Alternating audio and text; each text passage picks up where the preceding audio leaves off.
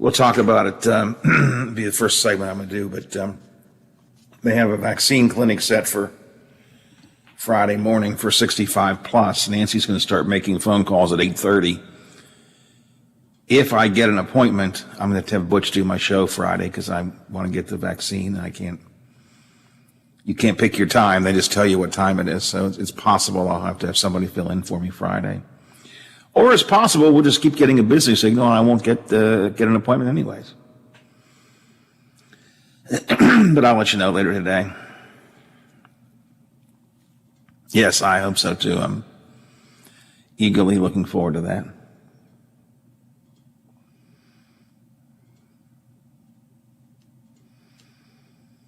All right, look at the temperature. Is it snowy outside? Is that what I heard?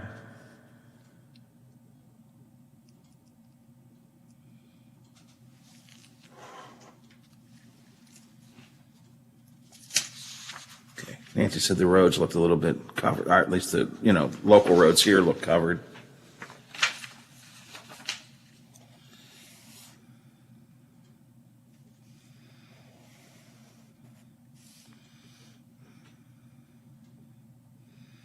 Oh, jeez.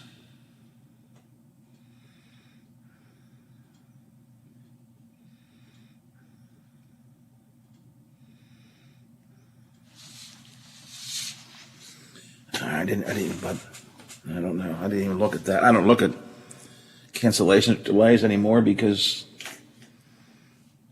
everybody was on remote. Didn't make any difference, but I guess I should look at those. Where am I here? WTRF.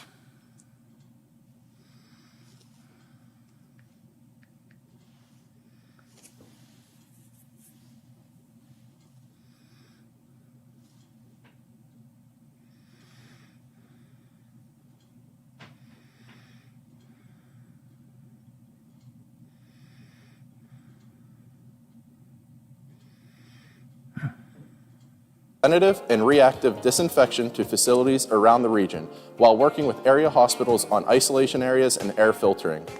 At Panhandle, we continue to follow social distancing and hygiene protocols. We are dedicated to our community, and together we will get through this.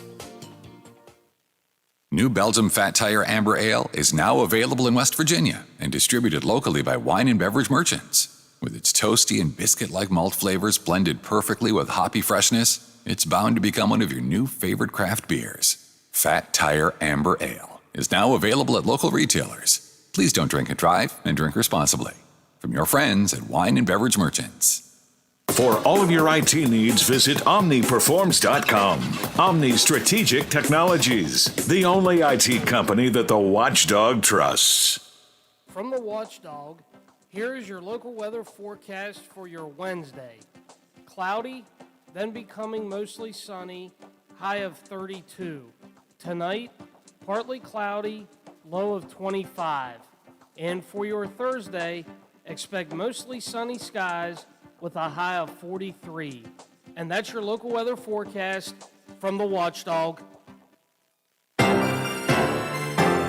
The views and opinions expressed on the following program are not necessarily those of this station or its sponsors. Good morning, old friends. Hey, what are you doing here? About to go on the air. Uh-oh, guess what day it is? Wake up, fairy princesses, wake up! Guess what day it is? Get up before I get you up! Guess what today is? It's hump day. Hump day. Woo-hoo! This is Wednesday. She calls it over the hump day. Wednesday. Wednesday. We ain't one at a time in here. They broadcast me out on the radio. We're mass communicating. Let Wednesday begin. Hit it!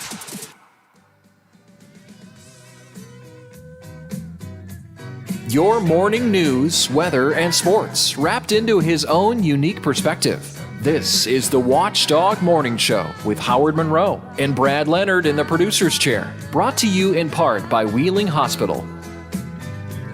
Well, we have a lot to talk about today. Short day, because it's our short day, because the watchdogs come in, but a busy day today.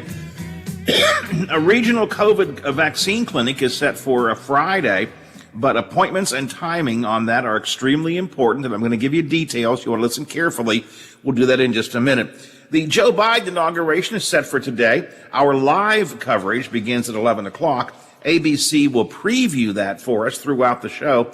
President Trump flies to Florida around 8 o'clock, and we'll be covering what he may have to say as he leaves the presidency, leaves the nation's capital, and heads down to Mar-a-Lago. The West Virginia School Board meets in emergency session to decide what to do about those counties that disregarded the mandate to resume in-seat instruction. Local schools did not disregard. They are back in class, but for some, it's a snow day today.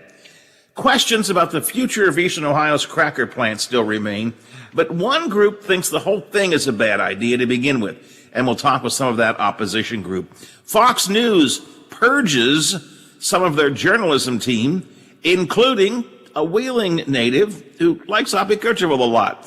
Wheeling Council moves forward on the Wheeling Pit renovation and downtown parking garage.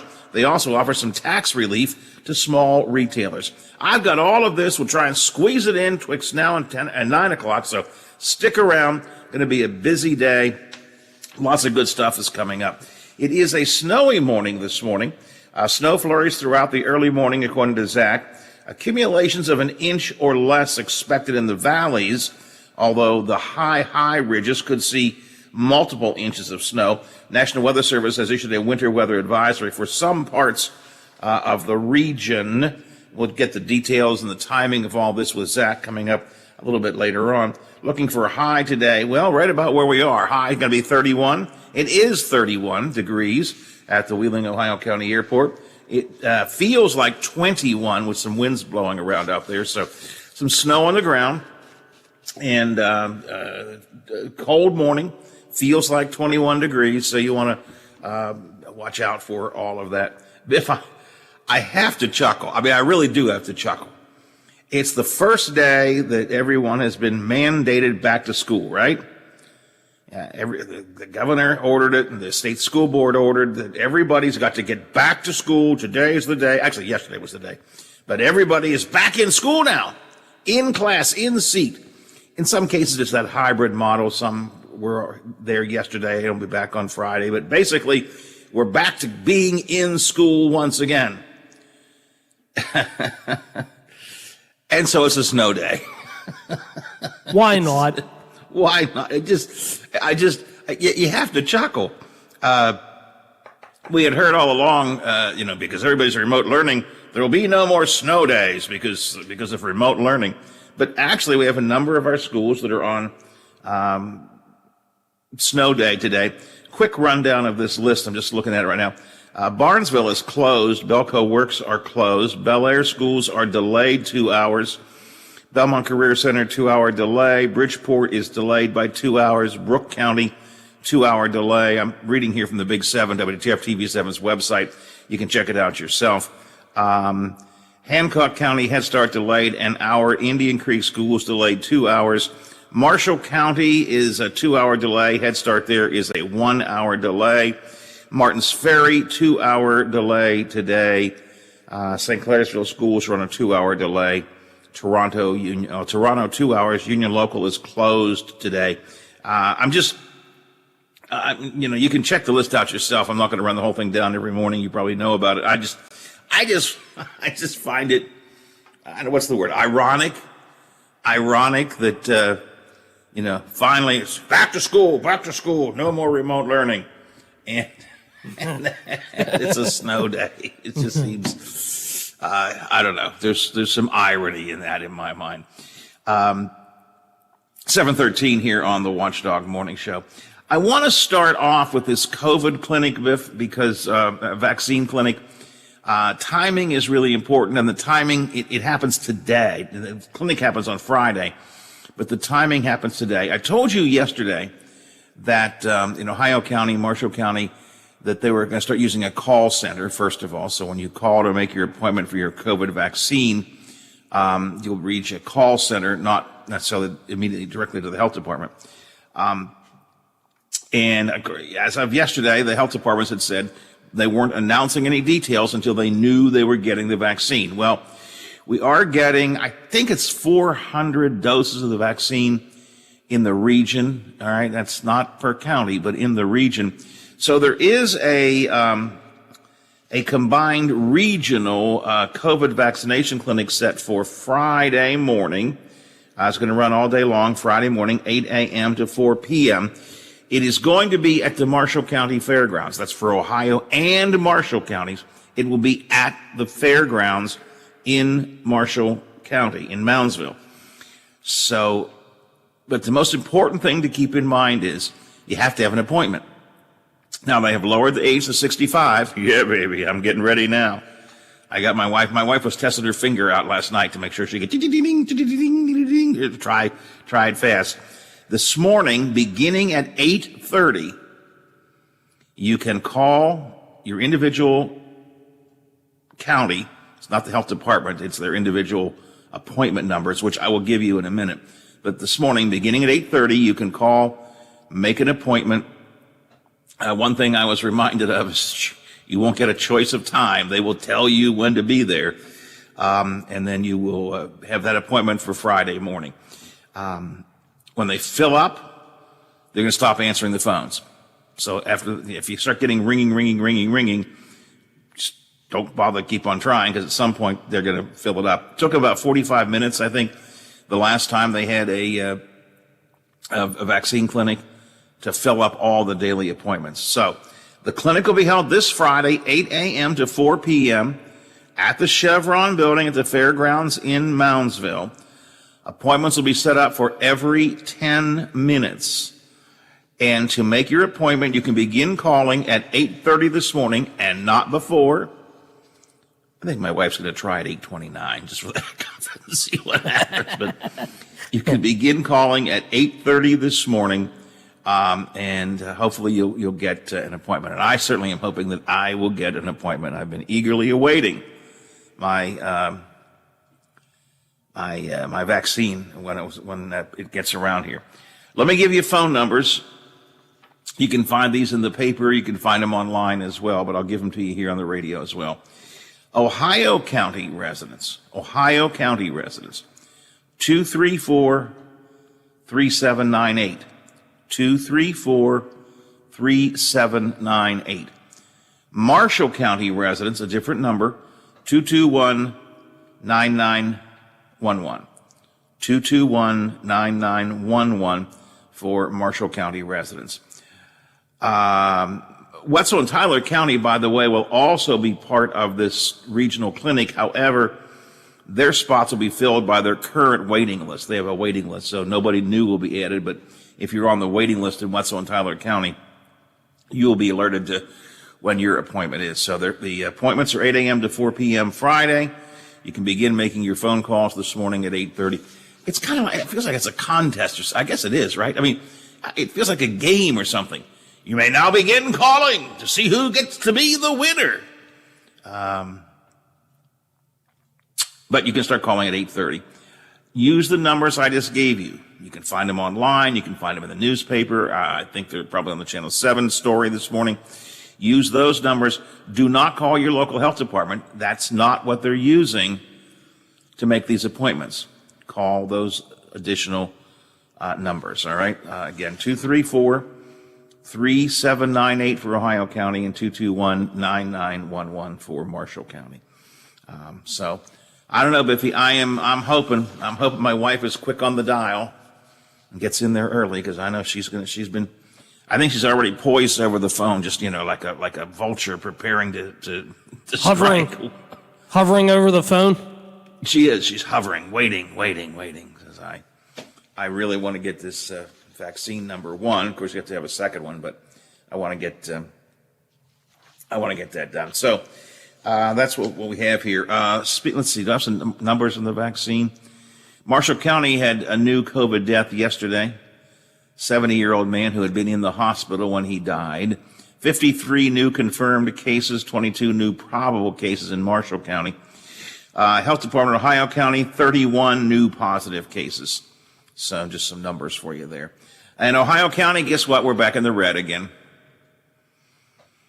We got into the orange for a couple of days, but back in the red again on the DHHR map. So we are now joining Marshall and Ohio counties in the Panhandle in the red category. So Marshall and Brooke and Ohio counties are red. Hancock County, I think, is still orange. These are as of yesterday. New map will come out a bit later on today. So there you go. I want to make sure I got that out early, get it out quick. Be prepared if you're looking to get yourself an appointment. And again, they are dropping the age limit now to 65. It had been 80 plus. Now, if you are 80 plus or 70 plus, you can still call for this, but the age limit has dropped all the way down to 65. And now I'm in the range. So, I'll let you know shortly after 8:30 if I have any luck or not, because I don't think it'll take long for these things to fill up. Governor Justice yesterday said, he knows that West Virginians are very frustrated in not getting vaccines, but he says he was on with Hoppy yesterday here on Statewide Talk Line on the Watchdog, and I have to concur with the governor. He says it's not the state's fault. The state can only deliver the vaccines that it receives. Why, if they send us vaccines, Hoppy, we'll get them into somebody's arm, the governor said, and he's right. So it's entirely up to how much vaccine they get from the federal government. Again, my understanding is there's about 400 doses available in the Ohio Marshall County clinic coming up on Friday, which in the grand scheme of older citizens here in the Upper Ohio Valley is not a lot, Biff. It's not really. Not when you think about it. Nope. So it's going to be, we'll have to see. Let's see some numbers here, just out of curiosity. West Virginia officials say 24,181 residents fully vaccinated. 132,192 residents have gotten at least the first dose. 57,000 of those who are vaccinated are ages 65 and older. So the governor had a lot of frustration on Talkline yesterday. We're going to talk some more about the governor's comments on Talkline a bit later on. I thought it was interesting. He talked also about a story that we have talked about here, the lowering of the income tax. If I was reading between the lines, I think the governor is, yes, he thinks it's a good idea, but I think he thinks it's a dangerous idea. That's not the word I want to use. He was kind of hedging his bets, let's put it that way. At least that's the impression I got listening to the interview on Statewide Talk Line yesterday. We'll talk more about that coming up a little bit later on. All right, team, it's 7:22, 22 after the hour here on the Watchdog Morning Show. So you now know what to do about your COVID vaccine in Ohio and Marshall County if you are interested in getting it.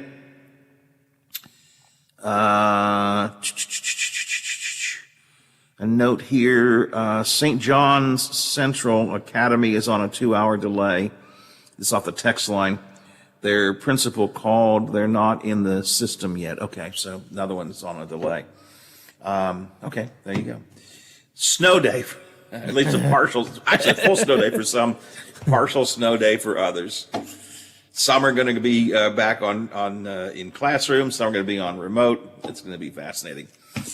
All right, we're going to take a look at the inaugural. It's coming up at 11 o'clock this morning, live coverage of Joe Biden's inauguration. Before that, we'll have some live coverage for you of President Trump's final comments as he prepares to leave Joint Base Andrews and head down to Florida. That should be around 8 o'clock or so. The president wants to be in Florida by 11. He wants to be completely out of the nation's capital before Biden takes the oath of office at noon. And one of the reasons he wants to, of course, is because he wants to fly out on Air Force One. And if he were to wait till afternoon, he would have to have the permission of Joe Biden to fly Air Force One. Now, I suspect Biden would give it to him, because I suspect Biden would go, yeah, get out of town, go, go, please, just go. But Trump doesn't want to have to ask for that permission, so he'll be leaving, heading to Florida early, and we may have he might offer some comments. And if he does, we'll have him for you live here on the Watchdog Morning Show. We will take a look at the latest on the inauguration. We'll do that coming up in a minute or two. Fox News has done a purge of some of their hard news journalists, not their opinion people, their talk show hosts, but their hard news journalists, And among those who got the boot, Kirchhoff's buddy, Chris Steyerwald, lost his gig at Fox. And it's creating a bit of a controversy. We'll talk about that in a minute or two in Shop Talk. 7:24 after the hour, looking for a snowy morning. Might see light dusting and or small accumulation down low, higher accumulations up above. And we're looking at 31 degrees at the Wheeling, Ohio County Airport, here at my home studios in Elm Grove, and at the Robinson Auto Group Studios downtown Wheeling, in the heart of the Ohio Valley. Plumbers and Steam Fitters Local 83.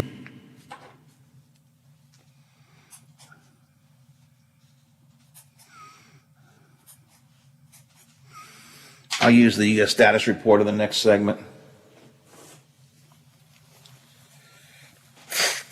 And then I'll use another status report probably after Zach.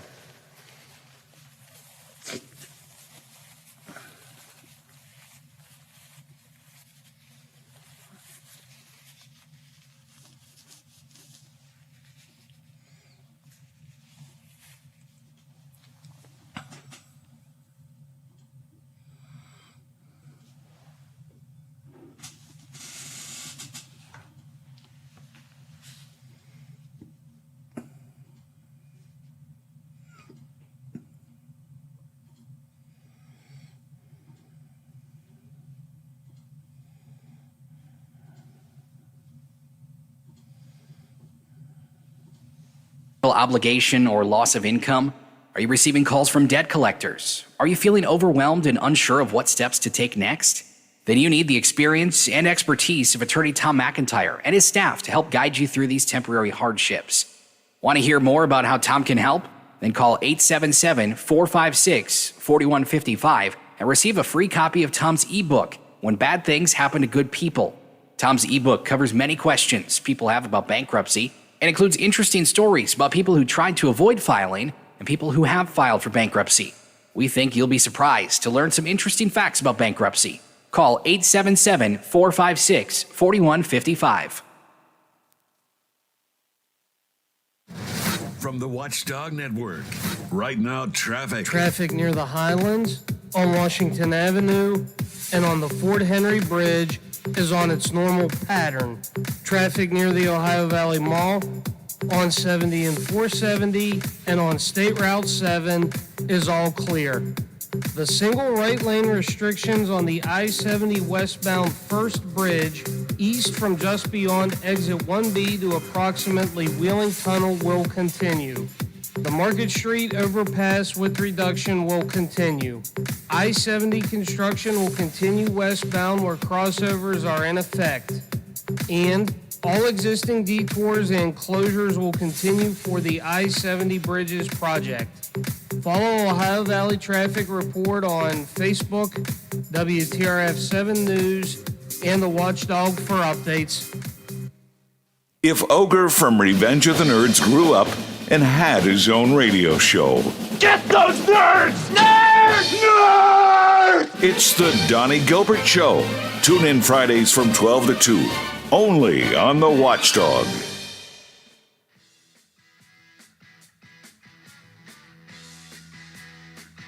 Miss a part of the show? Want to hear a segment again? Check out our podcast page at watchdognetwork.com. The Watchdog Morning Show with Howard Monroe continues. Welcome to those of you who are listening and watching on our Facebook Live video feed, on my Facebook page, on the Watchdogs Facebook page. You can watch it on our YouTube channel, and you can also watch it, of course, on our new spiffed up and improved website, watchdognetwork.com, where we have the actual video now embedded directly into the website. So you can watch it on the website as easy as anything else. Might be the simplest way. For those of you who watch on a regular basis, and we have a lot of folks who do watch every single day on our Facebook, watch our Facebook Live video feed. You can watch it on our website. So check that out. A little bit of shop talk, as the late Paul Harvey used to say. Shop talk. Fox News has made some changes this week, being described by some inside the Fox News team as a purge or as a bloodbath. Bloodbath, the way several multiple Fox News insiders described it. A number of the hard news journalists. Now, Fox News, of course, is full of a lot of Looney Tune opinion people like Tucker Carlson and Judge Gene, and of course the king of the loons, Sean Hannity. But they're opinion people. They're talk show hosts who offer their thoughts. Their thoughts are almost always wrong and illogical and irrational and not founded in fact. But nonetheless, they offer their thoughts, their opinions. But there is a hard news side to Fox. And in recent years, they've actually been trying harder, I think, to be more real journalists. Except until now. 16 of their digital editorial staffers, senior editors, and others all were given the boot this week. And the reason I'm bringing this up, number one, I think it is interesting. Fox News they're now doubling down on their Looney Tune opinion concepts and shying away from actual real hard news. Journalists that actually look at the news and try to report the facts. You know, there were quite a few of those there. One of the first to go was Shep Smith, who always had been a real journalist and always had questioned a lot of the loony stuff that his Fox News colleagues had said. He eventually quit. He's now working for CNBC. But yesterday, or earlier this week, I guess it was, one of the ones laid off at Fox News was Chris Steigerwald. Chris, a Wheeling native, grew up here, worked at a couple of newspapers, I think the local paper, worked at the Charleston Gazette Mail or whatever it was at the time, had then gone to work for the parent company of WTRF-TV before Nexstar bought it, back when Bray Carey still owned it. And you remember he was the guy with the bow tie we'd always talk about. He was the guy with the bow tie. He did, I think, Decision Makers, it was called, with Bray Carey at the time. And he was the political reporter. Good guy. Trying to think if I've ever had him on this show or not. I know Chris. I've met him a few times. We've had dinner a couple of times with other folks who put us together. I don't know if it was ever on our show or not, because once he went to work for Fox News, Fox was very finicky about media appearances. He could do Hoppy, but that was pretty much it. But you know, a good guy, a pretty smart guy. Both 4 years ago during the election and this year during the election, he ran their election decision desk, the part of Fox News that called the winners and losers for the election, and took flack both times. Took a lot of flack both times. You remember, I think he eventually called his desk actually called the election for Obama. And you remember on air, one of the anchors walked over, we're going to go to the decision desk and see if they've made a mistake. Walked over and talked to Chris, and Chris said, nope, not a mistake. This is what our numbers are showing. And the same thing happened this time around when Fox News very early on called Arizona for Joe Biden. And Trump was furious. Trump called the network, called the big bosses. I think he might have even called Rupert Murdoch. He was furious. Why are you calling Arizona for? It's too early. I think 73% of the vote was in at the time that announcement was made. And Fox went berserk, and Trump went berserk, and his friends went berserk. And Chris Steigerwald, to his credit, really calmly said, nope, I think we're right. I think we've got it. I think we got it right. But he has been, I am told, pariah inside the network ever since then, persona non grata. And so he was given the boot along with 16 others, or around total of 16, I guess it was, of the hard news side of the team, given the boot. And more of the Looney Tune talk show hosts are getting empowered. The guy who is a real tight friend of Sean Hannity's, I think was producer of his show at one time, Porter Berry, has now put in charge of Fox's digital news operation, and he's the guy who brought all this about. It's shop talk. It's not that big a deal for most of you, I guess, but I find it interesting. I think it is interesting that Fox is now doubling down on the crazy. It had been beginning to get a tiny reputation as maybe not the hard news side of things. Have been getting a reputation as not as bad as people thought. But they've changed that, got rid of those folks. And again, I thought because Chris was a local native, worth our time. So a little bit of shop talk there here on the Watchdog Morning Show. Coming up, we will talk about the return to school. And I asked the question yesterday, what's going to happen to the number of school districts around the state, none local, but around the state, there are a number of school districts that have chosen to thumb their nose at the Governor Justice order, at the state school board mandate that they end remote learning as of this week and they get back to in-seat classes. And several districts said, no, not going to do that. What's going to happen to them? Well, I'm not sure, but I'll tell you what's being considered. We'll talk about that coming up. Biffy, right now, why don't we check into the inauguration? We'll be following the inaugural ceremonies or preparation for the inaugural ceremonies throughout the morning with our friends from ABC.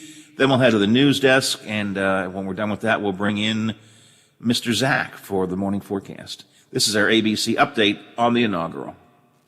In past inaugurations, Washington, D.C. would be crowded, even by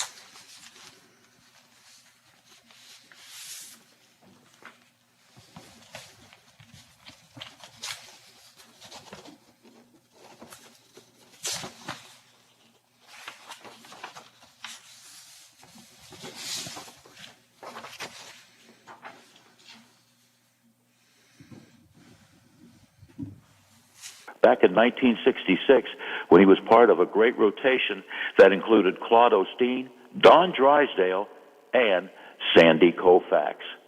Be safe. Check on the elderly. I'm Bill DeFabio on sports on AM 1600, and we are the Watchdog. Menards has everything you need to make your home a better place to live. Save big money on all the top name brand products you know and love, like Tide and Era laundry detergent, Bounty paper towels, Swiffer dusters, Charmin bath tissue, and more. A 96-load bottle of Era liquid laundry detergent is just $7.99 now at Menards. Prices are good until January 31st. Save big money at Menards. The perfect cure for your quarantine blues.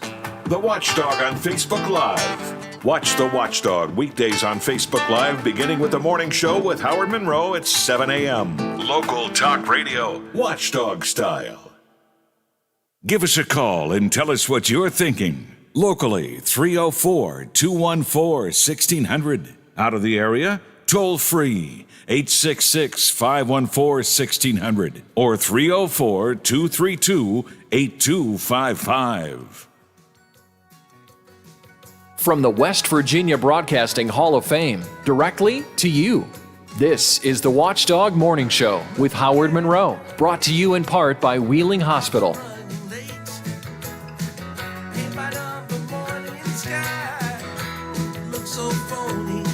Continuing coverage of the preparation for Joe Biden's inauguration. The inauguration ceremony begins at 11:30. Our coverage begins at 11 o'clock. Biden takes the oath of office by constitutional requirement at the stroke of noon. And we'll have all of that for you this morning. Plus, President Trump is planning to leave D.C. and head to Florida. And we may have some comments from the president live in the next hour of the show as well, depending on how the timing on that all works out. Coming up a little bit later on, we're going to talk about the cracker plant here in the local area. Not everybody thinks it's a good idea. Some people think it shouldn't happen no matter what. And we're going to talk with some of the opposition group about why they think it's a bad idea for the Upper Ohio Valley. That's coming up in just a bit as well. And of course, it is back to school week here in the Upper Ohio Valley. Some folks are in class today. Some were in class yesterday. Most are on that hybrid schedule, 2 in, 2 off. Some are in 5-day-a-week back in the seat thing. But the irony is that as we begin back to classrooms, we have a number of school districts on delay and a couple on cancellation because of snow. So it's not a remote day, it's a snow day for some people. Let's talk about the snow with our friend Zach Petty over at the Big 7. Good morning, Zach. Good morning, Howard. How are you today? I'm all right. I'm eagerly waiting the stroke of 8:30 when I can start calling the health department to see if I can get my COVID vaccine. So that's hey, there you go.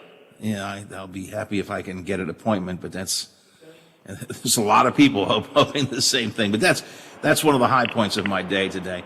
Looking out the window, though, I see some snow out there, a little bit of light snow on the ground, too. Yep, looks like just a coating being seen in throughout some areas of the Ohio Valley. There are actually some reports down into Marshall as well as into central Belmont that a band of snow actually produced upwards of 2+ inches of snow down into central Marshall over into the Moundsville area as well as over into areas into New Martinsville as well as reporting an inch. But yeah, just some patchy snowflakes falling. There could be some slick spots on the roadway, so remember to take it slow and easy as you head out and about for your Wednesday morning endeavors.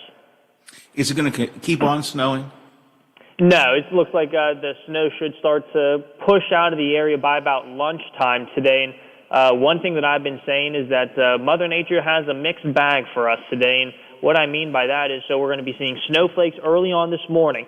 Those should start to taper off right around lunchtime, and then we're going to be seeing mostly cloudy skies. And then there's a chance as we head into the afternoon that we actually see some filtered sunlight. Now, not as much as what we actually saw yesterday, where actually yesterday afternoon shaped up to be gorgeous, absolutely picturesque with wall-to-wall sunshine. But there could be a few more peaks of sunshine into the Ohio Valley this afternoon. So I've been saying, well, this is only in the Northeast that you can see almost all different weather variables in a span of less than 12 hours, essentially.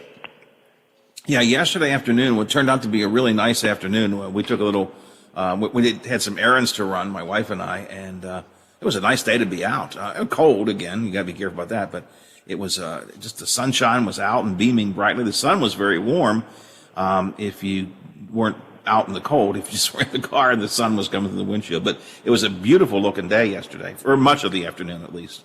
Right, and plus I'm sure it was breezy still. I mean, I'm looking at wind gust reports upwards of 25 miles per hour yesterday afternoon, so it was still a bit breezy with wind chill factors in the low 20s for most of the day yesterday, and it looks like we're going to be continuing on that strand of feels like low 20s, if not upper teens for the day today. You're predicting a high of 31 if your 7-day forecast I'm looking at is right. And we are there now, so I guess pretty much what we see is what we get. Is that right? Yeah, stagnant weather, really, not too much in terms of clearing things out. Temperatures early on this morning were in the mid to upper 30s, and the 31 is our expected afternoon high temperature today. So, again, just a wintry-looking day, not too much in terms of fluctuation from warmth or a fluctuation to bitter cold on your scale. I think it was like 32 or below is frigid, and then we have bitter. I think I forgot. I'm looking at the wrong paper. That was last week's 7-day that I was writing that stuff down on to have your scale of distinction of temperatures. Yeah, I'm trying to see. 32 and below is cold. By the time you get down to single digits, it's frigid, and below single digits is bitter. I mean, I think that's, I don't know, something like that. Right. But anyways, it's not going to be bitter cold today. Well, although the feels like might be, because it feels like I think I saw the feels like so far is around 20 degrees this morning, right? Yes, that is correct. So do bundle up, and do be aware. I guess it is a little bit, I don't want to say dangerous, but you know, everybody has to be a little bit careful when we first get some of these snows that we're not used to. So be careful out there driving this morning. Just be aware of that. Yeah. And again, we actually do have some schools that are on delay and cancellation, which again I find ironic since we're just back to school from having remote learning for the last couple of months, and now some of these kids are either on a delay, or a couple of the districts are canceled completely. Quick rundown the rest of the week. Just going to be a cold week, basically, or at least a cool week, right?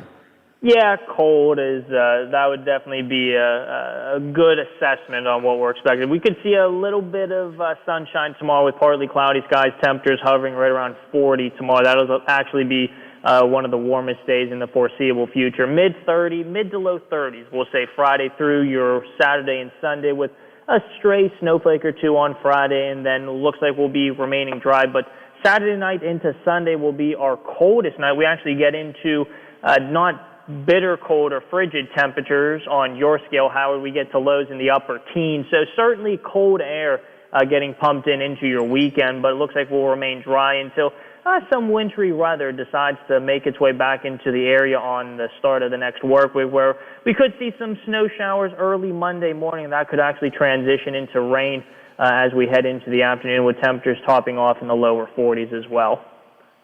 All right. Well, just take it easy driving this morning. It's not terribly bad, but it's still just enough for people to be cautious of the roadways, and it's cold, so bundle up. And other than that, it's just winter. So exactly. Yeah. Yep, winter weather for the Ohio Valley. All right, Zach, I appreciate it, my friend. We'll talk to you again tomorrow. Thanks. Sounds good. Take it easy. We'll see you. All right, Zach Petty from the Big 7, WTRF TV. So some snow on the ground. A couple of schools are on delays. Several schools are on delays. A couple are on cancellation. Only a couple on cancellation. If you want to get the list, I'm not going to run it down for you. Check it out at the website of our news partner, WTRF.com. 7:50, 10 before the hour here on the Watchdog Morning Show. Hey, football fans, if you are going to be paying attention to the playoffs this weekend, I got an idea on how you can make it more exciting. It's always exciting to watch, always exciting to get, emotionally involved. But sometimes if you get financially involved, it makes it a little bit more interesting. And our friends at FanDuel have the same game parlay bet that you can take. Now, same game parlays are only available on FanDuel Sportsbook. A same-game parlay bet lets you combine multiple bets from a single game for an even bigger win during the event. So you can combine the money line, the over-under, player props, take each of those, put them all into one parlay if you'd like to. And best of all, FanDuel was letting you protect your parlay. You can place a 3+ game parlay and get up to $25 back if you fall one leg short with the same game insurance. All right. So, if you have, you take the 3 bets under the same game parlay and you only get 2 of them right. If one of them fails for you, you still got that same game insurance that could give you up to $25 back. So the playoffs are the perfect time to give it a try. Can't hurt, right? It's just one of the many ways that you can win on FanDuel. I talk about FanDuel all the time. They are really good about being simple and easy to use. That to me is most important. If you're a newcomer to or a fairly new user of online gaming, it's pretty simple and easy to understand. The app is very intuitive when you use it. And then, of course, the good news is you get your money quick if you win. Ain't nothing wrong with that. When you win, they'll pay your winnings out in as little as 24 hours. And, of course, they have all different kinds of odds boosts and specials like the same game parlay and so on. Every single day, they've got special betting deals and some super big boosts on the weekend as well. So if you haven't done so already, just download the FanDuel Sportsbook app, sign up to get started, use my promo code, Monroe, M-O-N-R-O-E, in the promo code box. It's just so they know that you heard about them on the Watchdog Morning Show. And then you're all set to go. All right. And go check out the same game parlays, only available on FanDuel Sportsbook. You must be 21 or older. You must be physically present in Pennsylvania or West Virginia. It's the law. The refund is issued as a non-withdrawable site credit that expires in 7 days. The maximum refund is $25. There are some terms that do apply. See sportsbook.fanduel.com for details. And bet all you want if you have fun at it and it's a game and it's discretionary dollars for you. If you have a gambling problem, call 1-800-GAMBLER or visit www.1800gambler.net. FanDuel Sportsbook, more ways to win. 7 before the hour here on the Watchdog Morning Show. Do I have another break to do, Biffy, or are we caught up? We are caught up. I always have to ask Biff around this time. I'm just never sure. 7:53, 7 before the hour, 31 degrees. Yesterday, we talked about the fact that the governor, a couple of weeks ago, had ordered that all schools be back in class January 19th, yesterday. January 19th was the return to in-seat instruction. Now, some of the teachers' unions are upset about that. The AFT is bringing legal action against that, but that's the governor's proclamation. And the state school board last week, after a good discussion, lengthy debate, unanimously agreed with the governor.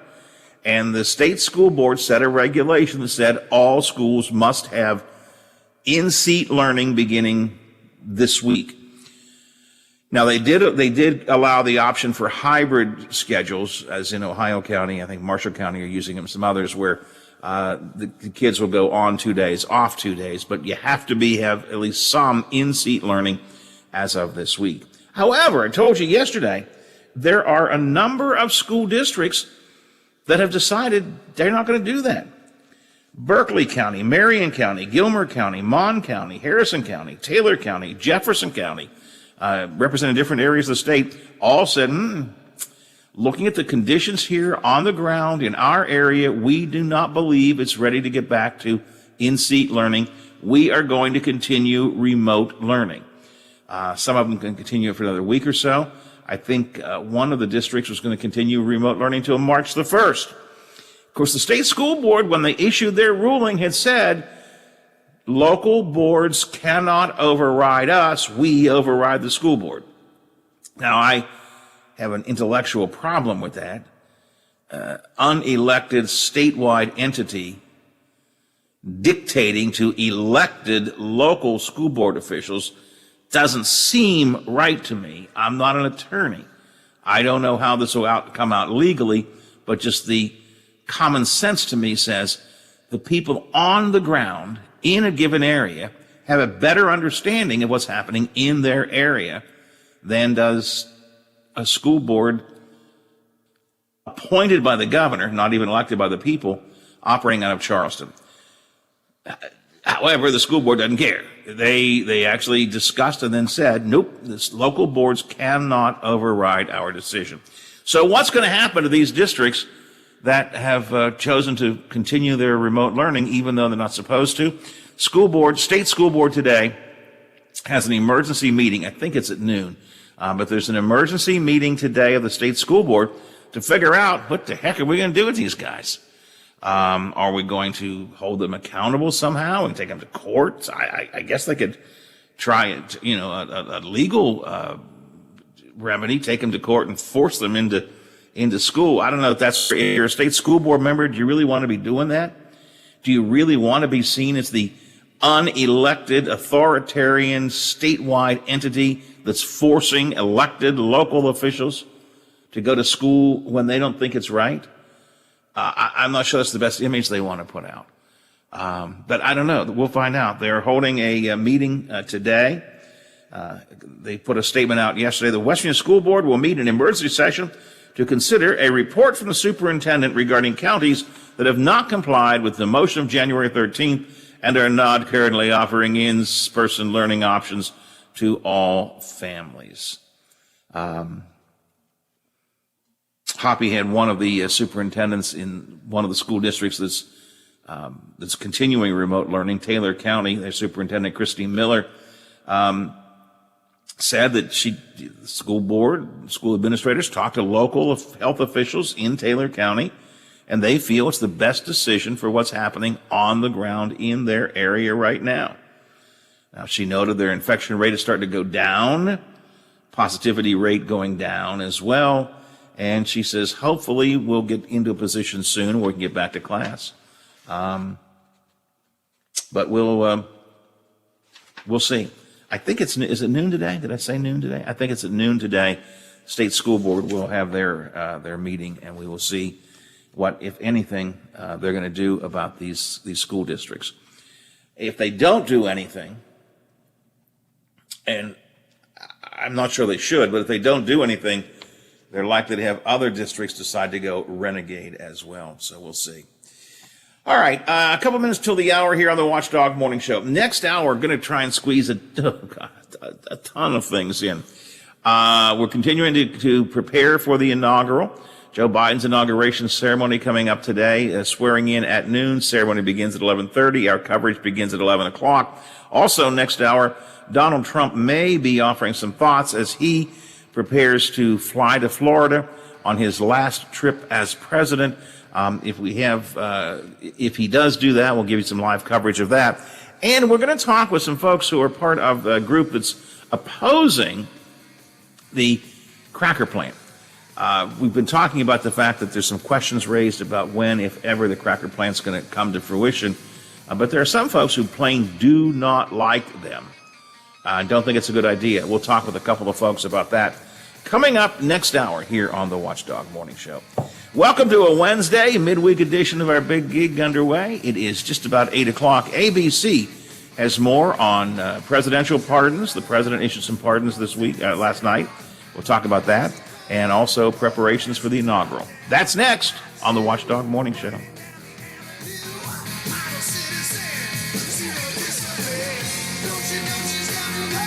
The Watchdog is FM 98.1, AM 1600 WKKX Wheeling, FM 97.7, AM 1370 WVLY Moundsville.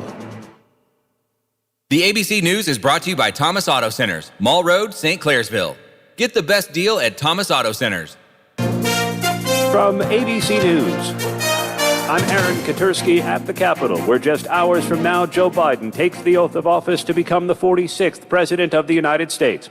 The 45th President is now leaving Washington for the final time, as ABC News White House correspondent Karen Travers tells us. Aaron, President Trump this hour leaves the White House for the last time, taking Marine One to Joint Base Andrews outside Washington. Usually presidents make that final trip after attending the inauguration ceremony, but President Trump is not going. In just a few moments, there will be a send-off ceremony for the president at Andrews. Friends, family, and supporters are gathering to wave goodbye as he boards Air Force One for the last time as president.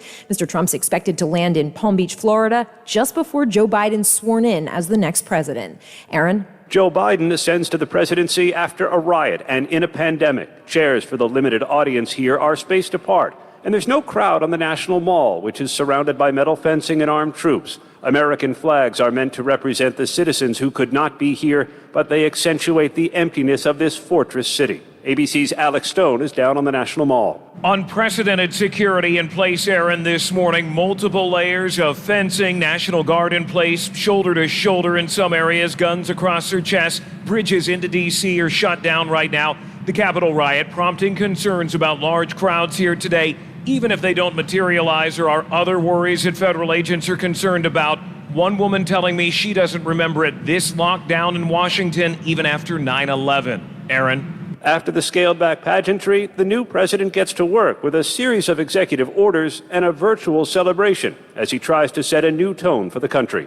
From the Capitol, I'm Aaron Katersky. Now with more news, here's Dave Packer. Senate Majority Leader Mitch McConnell, for the first time, publicly cast blame on President Trump for the violent attack on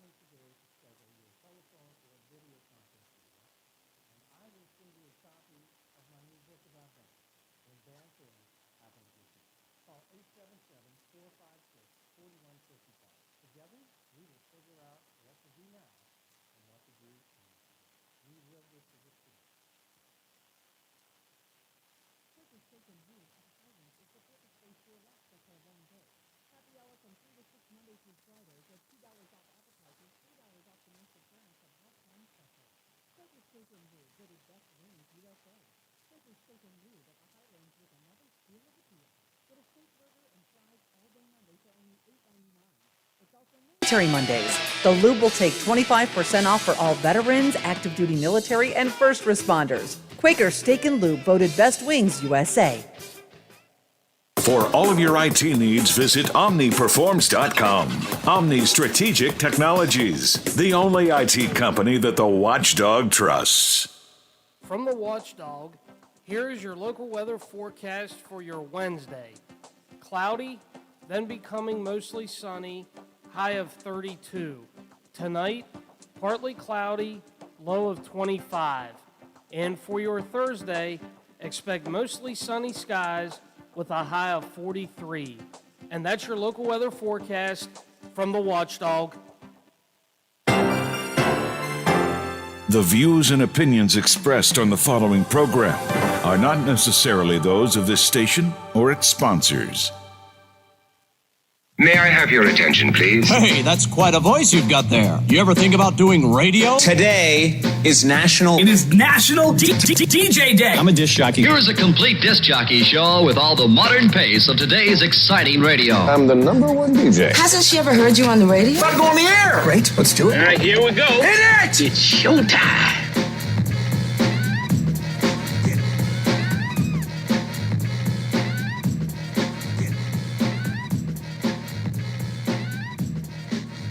A fresh take on local, regional, and national news. This is the Watchdog Morning Show with Howard Monroe, brought to you in part by Wheeling Hospital.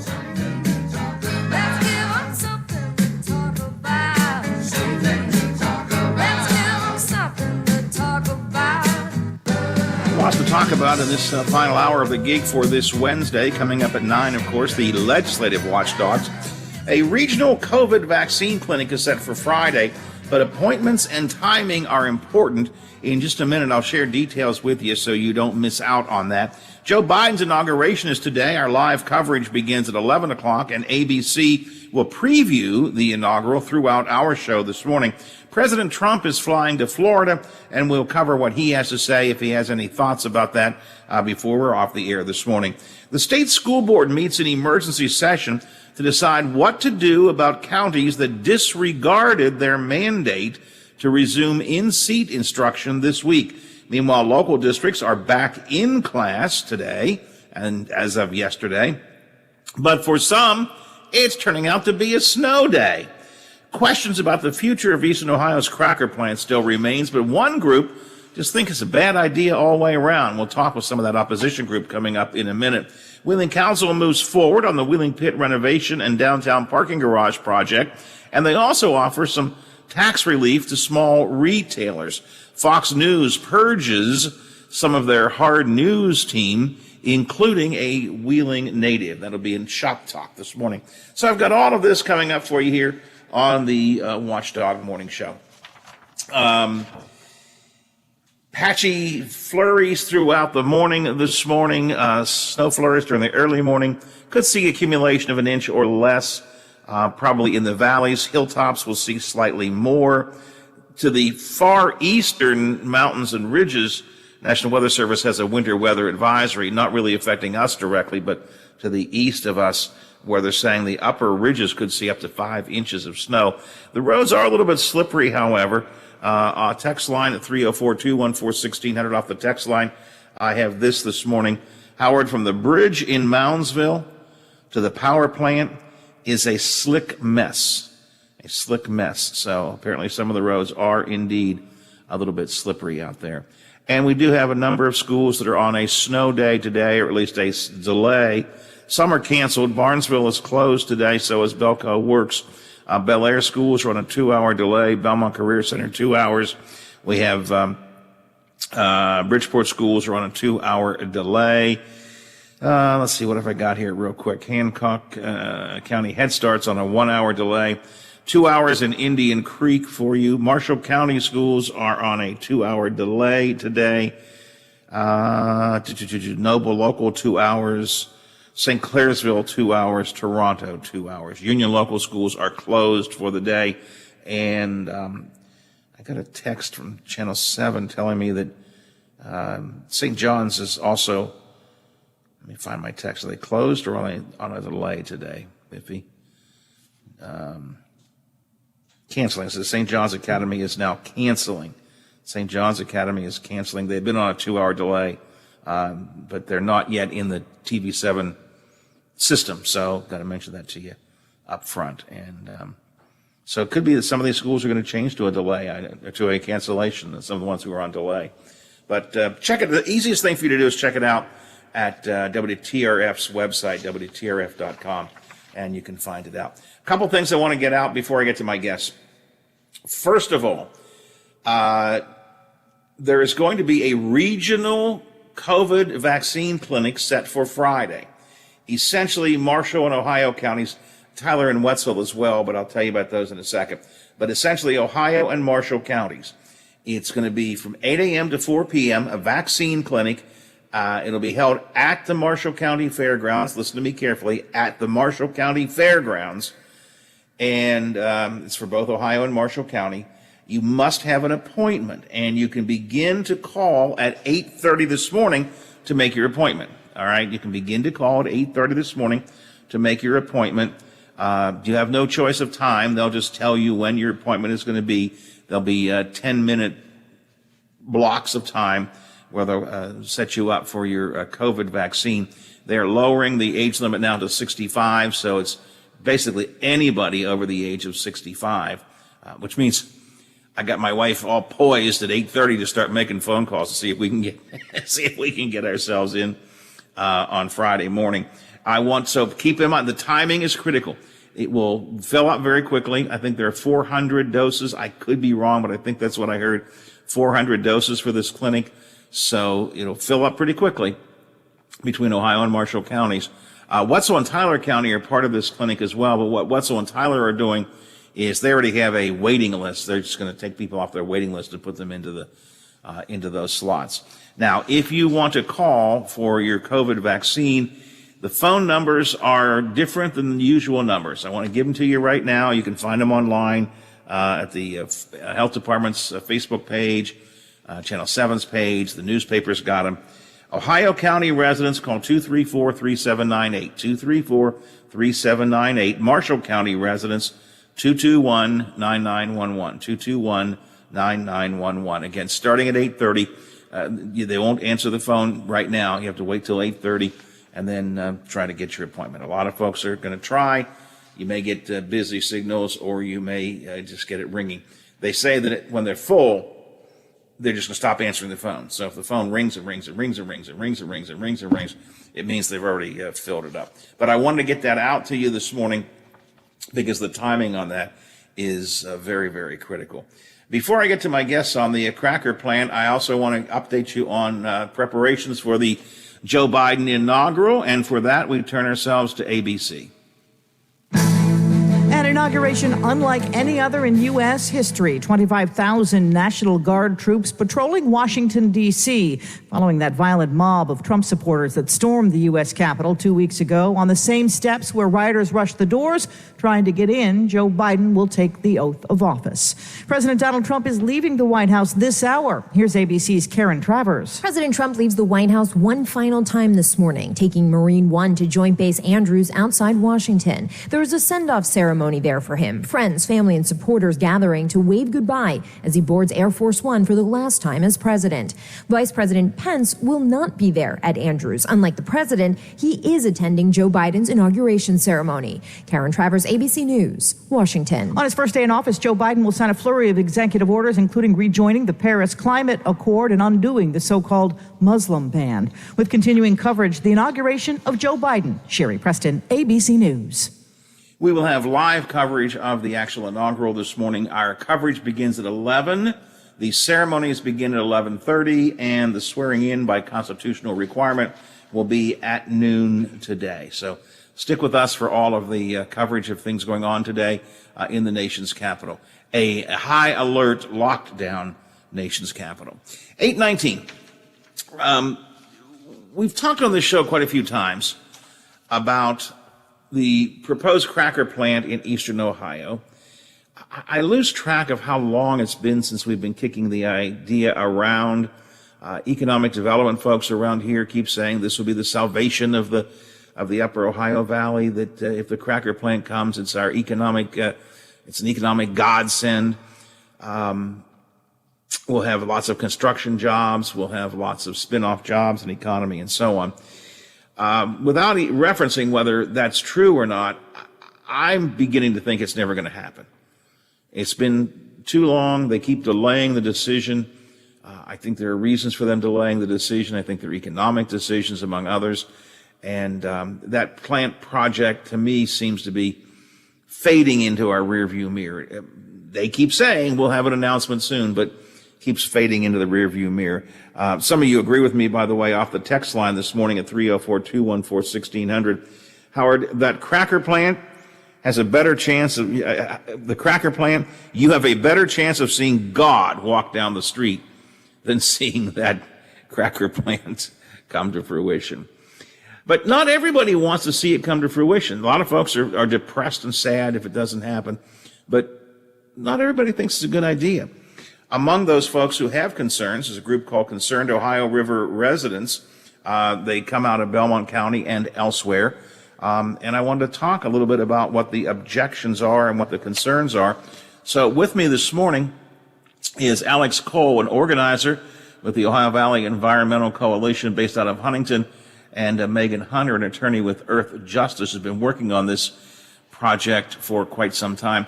Folks, welcome to the show. Thank you for being here. Alex, did you get your coffee? You said you had extra coffee this morning. Yeah, it's been a long week, but I'm ready to go. You're ready to go. All right. Guys, let me just get real basic first of all, and then I want to talk about some of the details, but what's the basic objection to the cracker plant?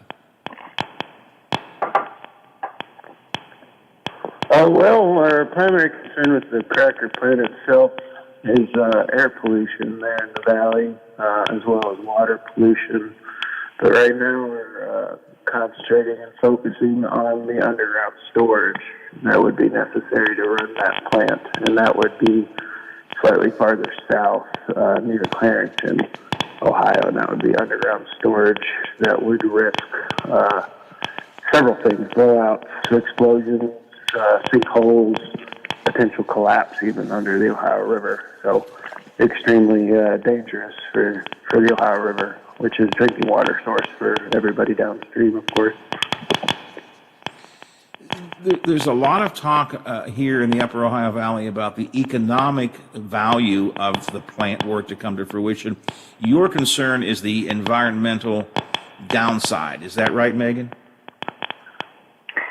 Well, I think that they're related. So, I think that the environmental downside is a concern, but the impact on public health is a huge concern, and the way that it facilitates further build out of these facilities and the impact of those facilities on public health. So we've already seen, Earth Justice has worked a lot in the Gulf Coast, where there's already rampant petrochemical facilities, and they take a huge toll on public health down there, so much so that the area was once called Cancer Alley, and now it's being called Death Alley because of those very real health consequences.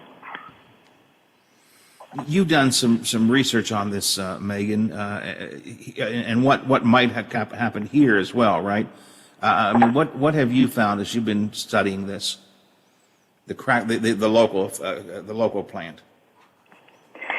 Yeah, so, as Alex mentioned, our attention has turned more recently to the underground storage that would be associated with the plant. So that's a natural gas liquids storage facility that would be owned and operated by Mountaineer NGL Storage. And so our attention more recently has been on the safety of those underground caverns. And what we're seeing is that the applications to start creating those caverns are just really deficient and do not provide enough information for any regulator to be able to assess the safe storage of NGLs underground at that location. And as Alex mentioned, there have been really horrendous accidents at these types of facilities, including some that have resulted in deaths. And so if one is going to be storing NGLs in underground caverns at this location, it really needs to be done in a way that, all I's are dotted and T's are crossed and everything is safely done. And there's just not enough information that they're providing to show that will happen. And so that really raises concerns about exactly those explosions or blowout events that Alex mentioned. Well, either one of you answer this. Are you simply looking for more information and greater guarantees that these things are safe, or do you begin with the premise that no matter what information you get, it's not going to be safe? I don't think we begin with that premise, but the risk to the river itself, these caverns will be, if built, they will be 1.25 miles below the surface. There are dozens of frac wells in the immediate vicinity, and other incidents where gas migrated from facilities like this. It went over 7 miles from the wellhead to downtown areas in one case and exploded. The premise isn't just an assumption that these things will be unsafe no matter what they do. It's pretty obvious when frac wells are going through the formation that they'll be storing in, and fracking below, so fracking the bedrock out from under. These storage facilities are also above surface mine on site and underground mines, including longwall mines that have mined out the entire area around. So the bedrock in the area is Swiss cheese. At this point, there's also just the simple fact that there has been solution salt mining in the area back as far as the 1800s. So unmapped, unregistered wells. Like I said, the bedrock's just Swiss cheese. It's more than just an assumption that this will be unsafe. It's pretty obvious to anybody, in my opinion. Alex, you raised a point there that I've thought about in the past, but wasn't thinking about right now. We talk about environmental concerns, water and air. We talk about safety issues like, blowouts and so on. The danger to the river itself is something I think we really need to keep our eyes on. I mean, the Ohio River is a major artery. It's a key part of our upper Ohio Valley. And there is the potential, I will stress potential, there's a potential for real impact on the river itself. For sure. For sure. Part of the issue too is they'll need saltwater storage on site because the roof of these caverns has to be kept under pressure at all times to hold it up. So if there's any pressure fluctuation, the roof could collapse, and the Ohio River, potentially over top of that, could collapse into the salt formation. Also, to keep the water on hand, they have to build a lake on site there. So they have salt water to pump back down in as the natural gas comes out. So there will be a salt lake and a dam right next to the river. So there's plenty of potential here, as well as a pipeline delivering salt water across the river to the natrium chemical plants. So there's a lot of risk of salination of the river, which would, obviously leave it undrinkable. Megan, there is a requirement, though, for public hearings and for an official sign. I mean, this is not the underground storage is not officially approved by the state yet. Is that correct? Yeah, that's correct. So right now they are going through the permitting process to do the solution mining that is the process that creates the salt caverns underground. And that is the main permitting process for a facility like this through Ohio's permitting process. So Ohio Department of Natural Resources is the agency that is currently accepting public comments on the applications to do the solution mining. And the public comment period is open until February 6th currently. We've asked for an extension of that because we think the public needs more time to be able to voice their concerns about this project. You have a meeting of some kind. Is it a public hearing tomorrow, or is it just a gathering of concerned citizens? It's a community meeting that we are holding, and you can find more information at concernedohioriverresidents.org, but that is something we threw. The ODNR has not given us a public meeting yet. Okay. And what is it that you want to accomplish with the public hearing? Just airing out some of your concerns and hearing what people have to say? Is that the basic idea? For sure. We have several experts on hand ready to speak about this. Well, guys, what is your best guess? I said at the outset of this that I think I've come to the conclusion that this is an unlikely project to come to fruition. I just think that its time has passed. I think the fact they keep delaying a decision is not good for suggesting it's actually going to happen. There's some economic issues at play. There has been opposition raised by groups like yours and others. I truly don't think this is ever going to come to fruition. Obviously, you're going to keep on fighting. I'm not implying that you wouldn't do that, but what's your best guess? Do you feel like this plant is moving forward, or do you think it's pretty much off track now? I'm with you as far as the cracker plant goes. I'm very hopeful that it won't happen, as you said, mostly for economic reasons.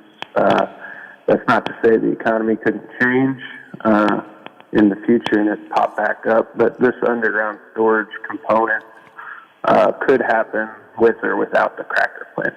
The cracker plant could not happen without the storage, but this would be for liquefied natural gas liquid, so they could store anything from butane to propane, all the above. There was actually just talk recently. They act as if they want to store hydrogen derived from natural gas in these caverns, but to me it doesn't really matter what they're storing. If it's explosive and under the river, we need to be fighting it and we need to be against it. And those potential other natural gas liquids could still be used again at places like the chemical plants in Natrium or any number of new or old facilities, chemical plants up and down the river. So just because the ethane cracker might not happen doesn't mean mountain air storage won't. And this community meeting you've got scheduled, I think it's tomorrow night. Megan, can you give me details of that? You want the public to show up, or is that the game plan?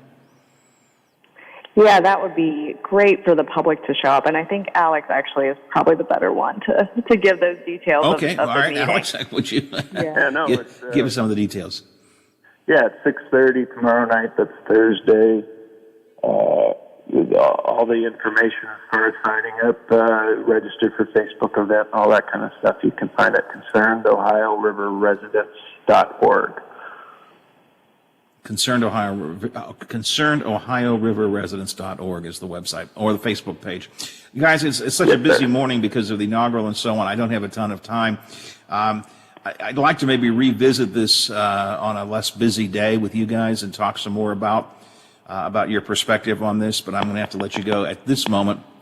But I thank you for joining us today. I call the meeting to people's attention for tomorrow night if they're interested in hearing more about the concerns that you're raising. And I thank you for joining us today. I'll probably be in touch with you again, all right? All right. Thank you so much. Thank you both. I appreciate it.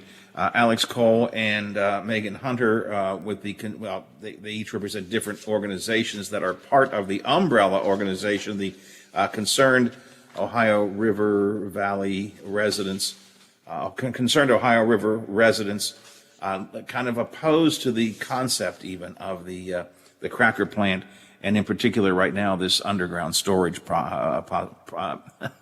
possibility. It's 8:33, 27 before the hour here. It is the Watchdog Morning Show.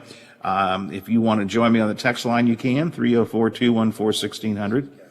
304-214-1600. Biff, I think our ABC News team is preparing to give us some live coverage of the Donald Trump's departure from Joint Base Andrews. Can we pick that up a little bit here? Yeah, let me switch this and see. You hear the introduction on the loudspeaker overhead as President and Mrs. Trump step off of Marine One and head toward a stage that is decorated with a red carpet and American flags. Hail to the Chief is playing. And cannons.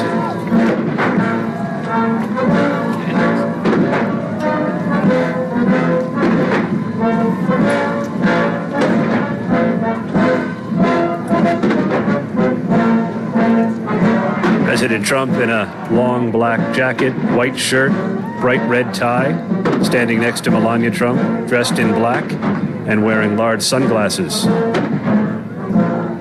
As the military fires the cannons in tribute to the commander-in-chief, who is leaving Washington now. Several hundred people gathered at Joint Base Andrews for the departure ceremony. The president is smiling, pumping his fist as he does, saying thank you as Melania Trump waves to the assembled, including members of the Trump family and others carrying American flags. Final remarks from President Trump at Joint Base Andrews. Thank you. Thank you very much. Thank you.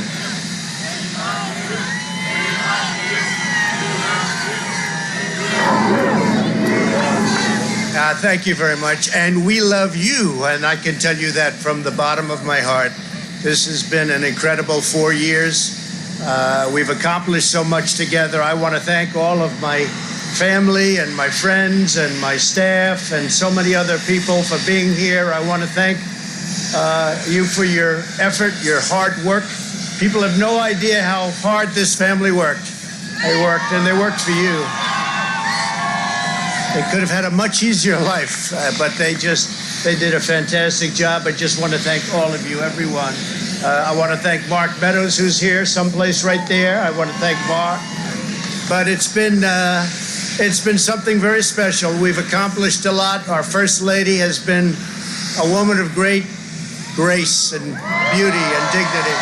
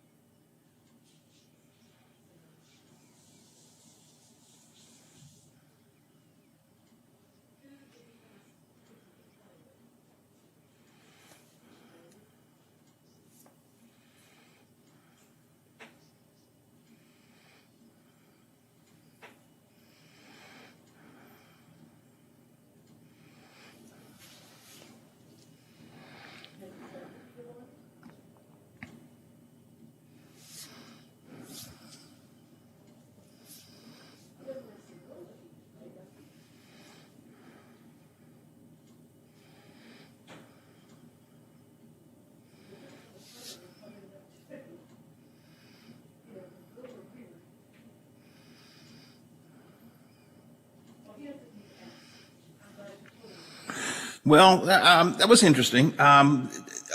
There is the snarky part of me that I wanted to say some things like when he said, I'll be back in some form. There's that snarky part of me wanted to go, yeah, in an orange jumpsuit. But all in all, it was actually a pretty good speech. All in all, a pretty good speech. All in all, for Donald Trump especially, about as gracious as you're going to get from him. I thought it was interesting. He did take note there, Biff, of Mike Pence, with whom he's had a lot of problems recently. I don't know. I thought, again, he's not my favorite guy. But I got to say, I thought he did a pretty good job there. What did you think, Biffy? Yeah, I mean, it was, kind of almost like still a little bit of campaigning, I think, going on a little bit. Yep. But, about as, I think for the president, about as gracious as you're going to get from him. And that was it. I mean, yeah. I really was surprised. I thought he'd keep it pretty short, and I mean, I'm sure it seemed short, but I thought it would be shorter. Thank everybody and wish the next administration good luck and head on out. But I think a little longer than I expected. Yeah, but for Donald Trump, not bad. I mean that sincerely. For Donald Trump, not bad. I think he was trying as hard as he could to be somewhat gracious. Again, he actually, I won't go so far as to say complimented the incoming administration, but he said, I wish them well. I think they will do well. Now, of course, he says they will do well because I gave them all the tools for doing well. I've set them up for it. But again, I can't overly. Some of what he said was just plain wrong. His comments about the military and the veterans, things that he claims he did not do. But again, he's on his way out of town, quite literally. And I'm not going to jump up and down on that. But I thought, all things considered, given that it's Donald Trump, he was pretty gracious. And he did something I've never heard him do. He called Melania honey. Did you hear that? Yes. I've never heard that before. Honey, would you like to say something? That was unusual. I mean, that really jumped out at me like, whoa, what? I mean, why not? What are they going to do? Yell at him? I mean, he's gone in a couple hours anyway, so. Oh, I agree. Yeah. And part of me, again, the snarky part of me, when he said, honey, you want to say something? I'm picturing Melania going, no, Donald, let's just go. But again, I really, actually, I want to compliment him. I think all things considered, for Donald Trump, it was not a bad farewell speech. It's never going to go down to the history books. They're not going to put it beside George Washington's farewell speech. But given what Donald Trump often does, I thought it was, it was a lot about what I've done. I think your comment was good, Biffy. It was a little more campaigning than I would have thought. But you know what? It's his last chance to make a point as he goes out of office, and maybe it's appropriate for him to say, here are the things we did. I'm okay with that. Live coverage beginning at 11 o'clock this morning of the inauguration of Joe Biden. We will begin at 11 o'clock. The ceremony itself begins at 11:30, and the swearing in, of course, begins at high noon at 12 o'clock. And then the Biden presidency, Biden-Harris administration takes over. And what happens next, we shall have to wait and see. A lot to be done. Biden needs to get some of his cabinet confirmed. He's got to get a bunch of executive orders he wants to sign this afternoon to reverse some of what Donald Trump did. It's going to be, normally on Inauguration Day, it's kind of the new president goes into the White House, kind of gets acclimated to the new building and prepares for the big balls in the evening. I don't think they're doing inaugural balls tonight. Biden is quite familiar with the White House, having been there as vice president often, so he'll spend more of his time actually working this afternoon, trying to overturn much of what Donald Trump has to say. Anyway, all right, that was our live coverage. It's 9 before the hour here on the Watchdog Morning Show. We're looking for some additional light snow flurries to come down throughout the morning, and we could see a little bit of additional accumulation, not a ton. I mean, we're just going to see a little layering out there, but I am getting several texts telling me that there are some slippery roads, so you do want to watch out for that. Let's check in with Tony Caridi. He's got our morning Mountaineer report, and then we'll head up to the Watchdogs after that. Here's Tony. A massive question mark for the Mountaineer basketball team. Hi, everybody. I'm Tony Caridi. That story coming up on today's Mountaineer Report, brought to us by Kroger. Did you know?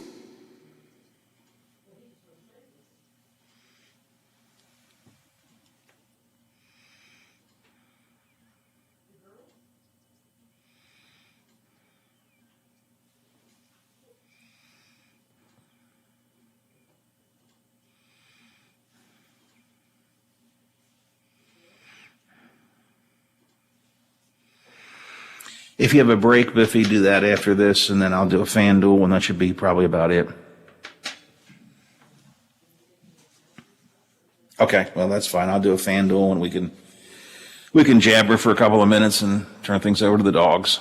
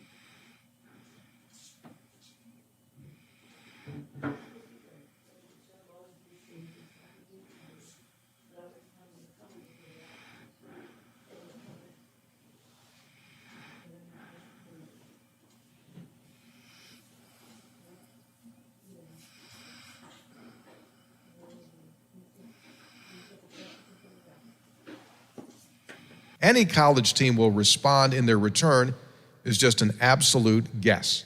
So now, with revisions to their schedule announced on Monday, the Mountaineers will go from no play for 14 days to a stretch of 4 games in 8 days next month. And that's if everything holds to form, which is highly unlikely. Over on the women's side, Coach Mike Carey's team returns to action tonight, hosting Kansas State. The Mountaineers are on a roll, winners of 5 straight, and the leading scorer, Kaiser Gondrzak, will return to play tonight. She missed Saturday's win over Oklahoma State to attend the memorial service for her dad, the former NBA player Grant Gondrzak, who passed away recently. Tonight's opponent, Kansas State, enters 5-4 overall. The Wildcats are 0-2 in Big 12 play. Tip-off set for 7 o'clock. That is today's Mountaineer Report. Is brought to us by Kroger, the official grocer of WVU Athletics. I'm Tony Caridi on the Mountaineer Sports Network from Learfield, IMG College. You're listening to The Watchdog, now on FM at 97.7 and 98.1. Sounds so clear. You can hear Bill DeFabio's mustache grow. The Watchdog, live and local talk radio, just the way you like it. You can now watch the Legislative Watchdogs every Wednesday morning from 9 to 10 a.m. on Facebook Live. Talk radio taken to the next level. Only on The Watchdog. Give us a call and tell us what you're thinking. Locally, 304-214-1600. Out of the area, toll free, 866-514-1600 or 304-232-TALK. Watch out! He could climb on his soapbox at any time. The Watchdog Morning Show with Howard Monroe continues. The watchdogs are coming up after 9 o'clock. A lot going on in the state to talk about. The income tax reduction possibility, the governor's inaugural ceremony. I wonder if any watchdogs, any of the watchdogs get invited to the governor's inaugural, do you think? Maybe Saunders is going to go down. Maybe the big dog's going to go down. And unfortunately, I don't think they got any invites from the gov. What did Senator Eulenfeld tell us earlier this week? He said, "Yeah, I think my invitation must have got lost in the mail or something." I can't remember. But, Wherever his invitation is, that's where theirs are. They're with his. You know, when Manchin was governor, I was invited to all of the inaugural balls. I got nothing this time around. I got nothing. I got nothing. But the watchdogs are coming up this morning at 9. Lots going on in the state worth talking about. The COVID. By the way, I have not heard from my wife yet if she got through to the COVID people or not. I'm hopeful she was supposed to call starting at 8:30 to see if she could get she and I on the COVID vaccination list for the Friday clinics. And again, it was an 8:30 call-in time. I know she was prepared to do it, but I don't know if she got us on the list or if she's still calling or not. So hopefully I'll have a chance to get a COVID vaccine on Friday. I am certainly looking forward to that if indeed that is the case. Hey, you know, the playoffs are underway, and it's for many sports fans the best time of the year. If you would like to add to your fun, do so by betting on some of the action on FanDuel Sportsbook.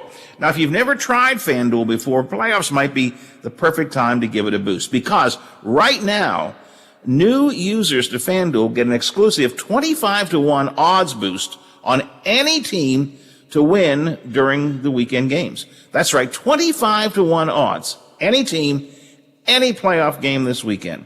So don't miss out on the exclusive offer. FanDuel is a great, easy-to-use app, very intuitive. That's a phrase I use all the time. It means that when you can figure it out without, you don't need a whole user's manual to figure out what to do. Even if you're new to gaming, you can use it. The money comes back to you quickly if you win, and they give you a bunch of different ways to actually get your money back for a second bet, even if you don't win. They have all kinds of odds boosts and specials every day, some big super boosts on the weekend as well.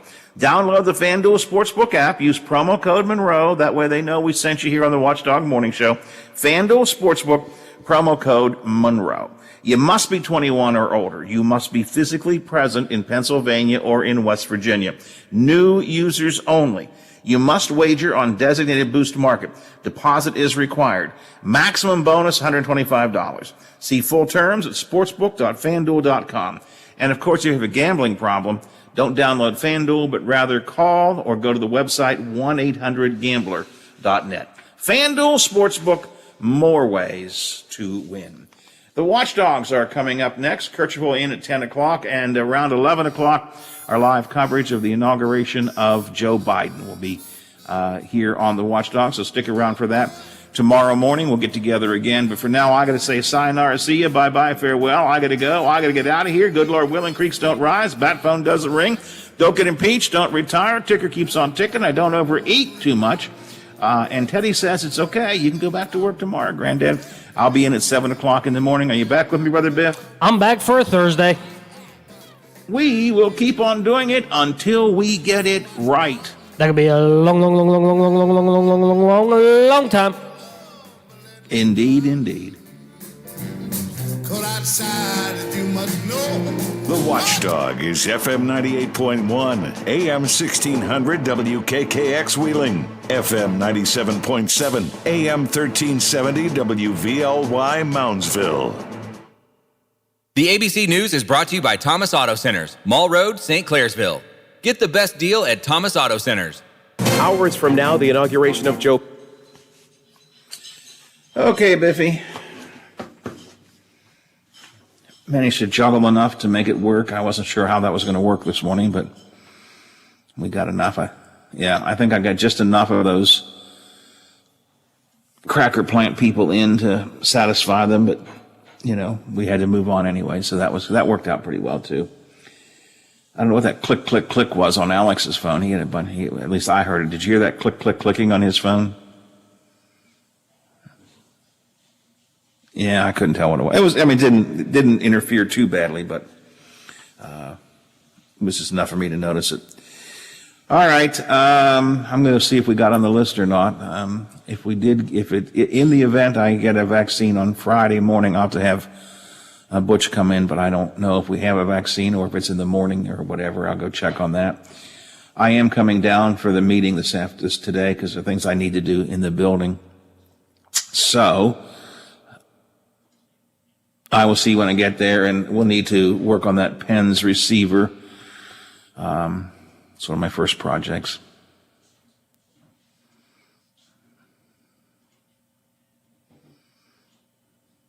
Oh.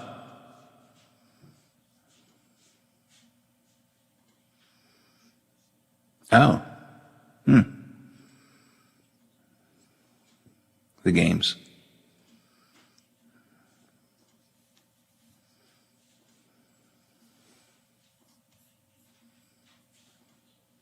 Right?